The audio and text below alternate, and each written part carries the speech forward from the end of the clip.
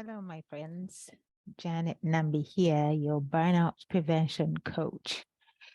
So, today I want to talk about female founders and why we have a tough time setting boundaries. I am one of your people, a female founder who experienced burnout 7 years ago. And honestly, it is the very reason a lack of boundaries at work is the very reason, or the number one reason, I must say, as to why we actually experience burnout. So, why is it so difficult for us as women? Why do we struggle with this issue? Well, first and foremost, societal expectations. Women, we are raised to juggle things, right? We are expected to have multiple roles and we are expected to excel in all of those roles. Now, being a mother, an entrepreneur, a partner, a sister, an aunt, whatever responsibilities that you have, or a caretaker, um, it puts an immense pressure on us, but yet we believe we have to show up fully in all these roles and we have to show up 100% as though society is waiting for us to judge us when we fail. So these expectations we've carried for years, and we think or believe that we have to um, meet these expectations as the way other people expect it. We've created this belief that that's what's expected of us. And of course, this belief is coming from how we were raised. That's the number one reason why we fail to set boundaries. Number two, when we are passionate and dedicated to what we are doing, we don't want to fail, right? We put so much, just as we are passionate in anything else that we want to achieve, when we do a business venture, we tend to dive all in. So in being highly dedicated to our work and wanting to, be admirable, or wanting to show that, we can do it, we dive all in with all this passion and dedication, and we forget to take a break or to take a breather. We forget to prioritize our own well-being because we're just going for it. The other day, I had a consultation with a lady who started a business, and she does tours and travel. And she was wondering, she's been at it for a few years now. Business is doing well, but she was wondering why she doesn't feel good. And yet this is something she's passionate about, but she was wondering why she feels like she's lost herself. This is what happens when we dive all in with that passion and dedication. We don't give ourselves a break to take a minute and even celebrate whatever it is that we are trying to achieve, or what we achieve, or the small milestones that we achieve. So that's one of the reasons. And that, along with the fear of failure or fear of falling behind, we have this heightened sense of competition because we are women. We feel that we have to do more to be able to compete with our male counterparts. And for that reason, we don't we don't give ourselves time off. We are always running forward, trying to achieve that next big thing, that next big deal, or that next big gig, because we think our male counterparts are at an advantage. So that fear of falling behind, holds us back. I mean, it negatively impacts our progress anyways, because when you're spinning and running because you're afraid of falling, chances are you might fall. One of the other reasons why we have a tough time setting boundaries is a lack of support system. Now, I don't know how many books I have read that refer to this as a female entrepreneur or as a leader in an organization. In fact, these, the boundaries that I'm talking about really actually also apply to women leaders in organizations. They may not be the founder, but if you are in a leadership position, I don't know how many books I have read that require us to find that support system.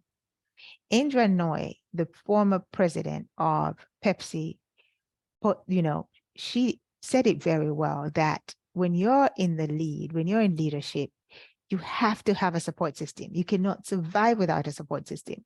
So what she used to do was she would have her PA, her personal assistant, take care of some of the responsibilities that she needed to be present for with her children. They would get together and be very creative in how she helps out or how she shows up for her children when she's not able to. You know, if her child had an event in school, her and her personal assistant would get together and do something creative. If she wasn't going to be showing up, do something creative for the child so that that child knows that mama is thinking about you, whereas I'm not able to attend, I've got you in mind.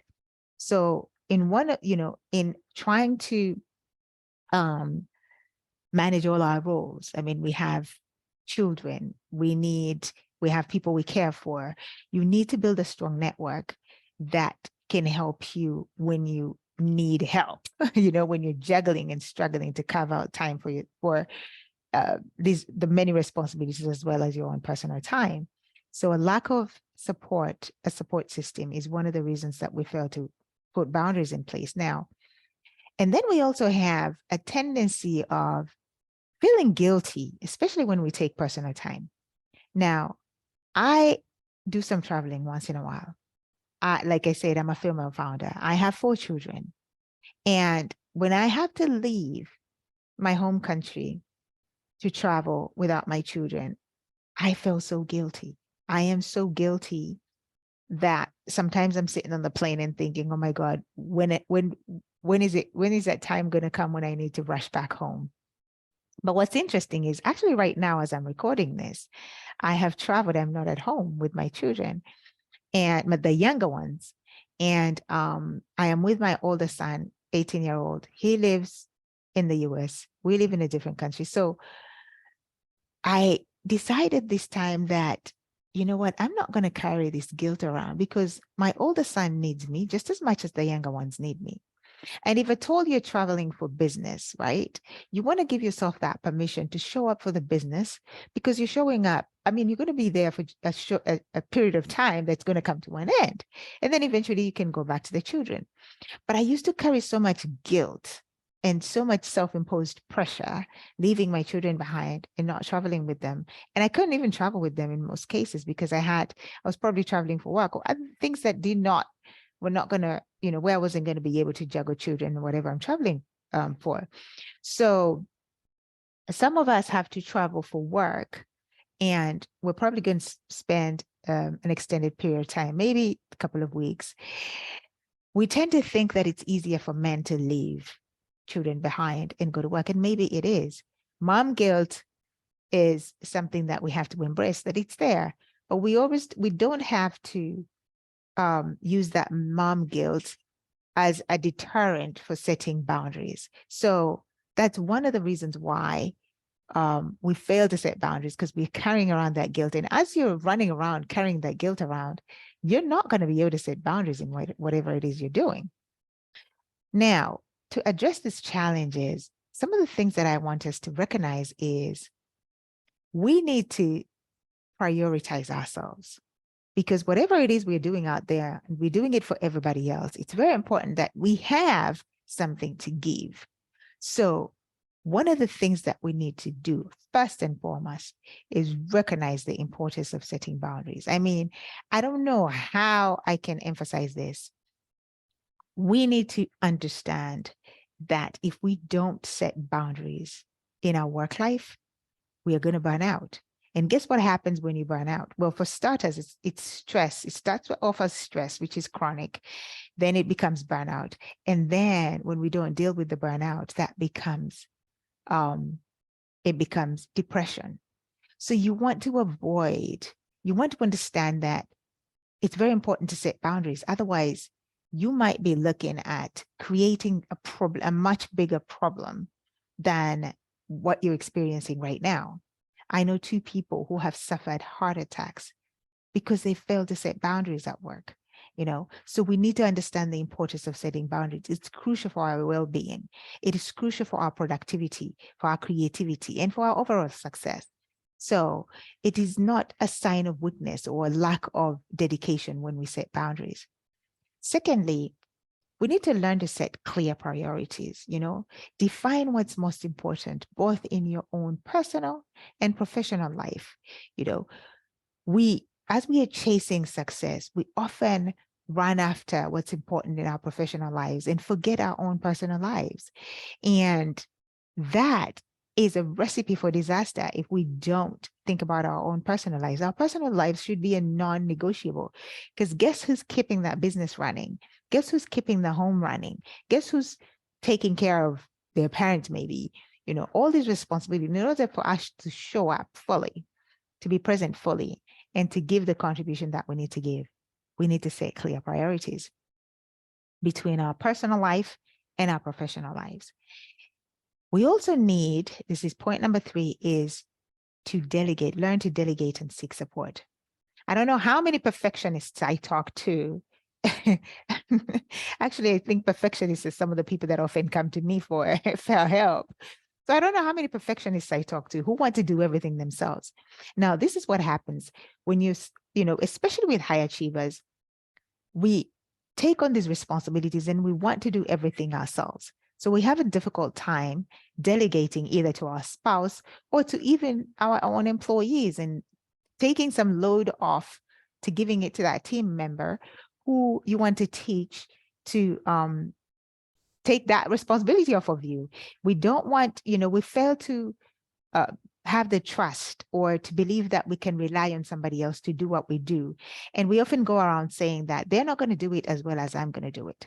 I mean, I had a client who told me recently that's one of the reasons that she doesn't want to delegate, is because they're not going to do it the way she wants to do it. So my response to her was, but wait a minute, that, if you delegate, that is your chance to lead. How about you look at it that way? You're teaching somebody to learn how to grow in responsibility. That means you're being a leader, a true leader. So we want to learn how to let go of some things, delegate these things. You doing it perfectly does not make you the superior in whatever you're doing. Unless, of course, it's going to cost you a lot, then that's a different story. But we want to get rid of that perfectionism and learn to let other people take on some responsibilities. And I know one of the things that I used not to do was practice self-care. I used to think that traveling was self-care. I used to think that hanging out with friends is self-care. And maybe it is in so many ways, but sometimes you just want to take time for yourself. Exercise is self-care. Hobbies is self-care.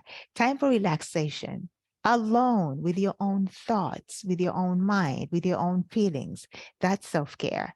Going to get a nice massage, pedicure, manicure, getting your hair done, all of that is self-care. But sometimes we rush through these things and don't take time out to soak it in as we are taking care of ourselves. We don't take time to soak it in. So you want to allow yourself that focus when you're out there practicing self-care and actually being mindful and being present for it, right? When you're doing it.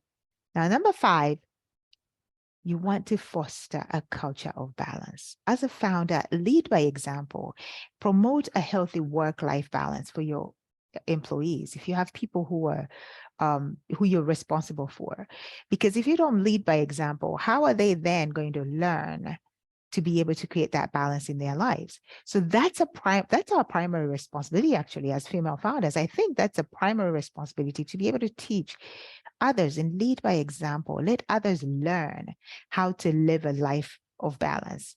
And I think it's very important, especially if we have other women working for us, so we can teach them, show them that they don't have to, they don't have to pull teeth or to die trying to create success. So that's one of the things that I do, is help women like yourselves who are torn in several different places to be able to create that balance, to be able to have the high energy, the enthusiasm, the confidence, those, to bring back those levels of satisfaction as you're creating that success, levels of fulfillment as well as you're creating the success that you need to create. So, ladies, let's prioritize ourselves. Boundaries is a very important issue that we need to put in place. Otherwise, we end up killing ourselves if we don't prioritize ourselves. And prioritizing ourselves means that we're going to be a lot more creative. We're going to be a lot more productive. So we are going to do or get that success that we're looking for, whatever professional pursuits that we are trying to achieve. We're going to do it in a less painful way. And actually, we're going to have more fun doing it. All right. So remember, boundaries are healthy. Boundaries are important. You want to have fun while you're creating the success you're creating. All right, my friends, take care, and I will be back with more.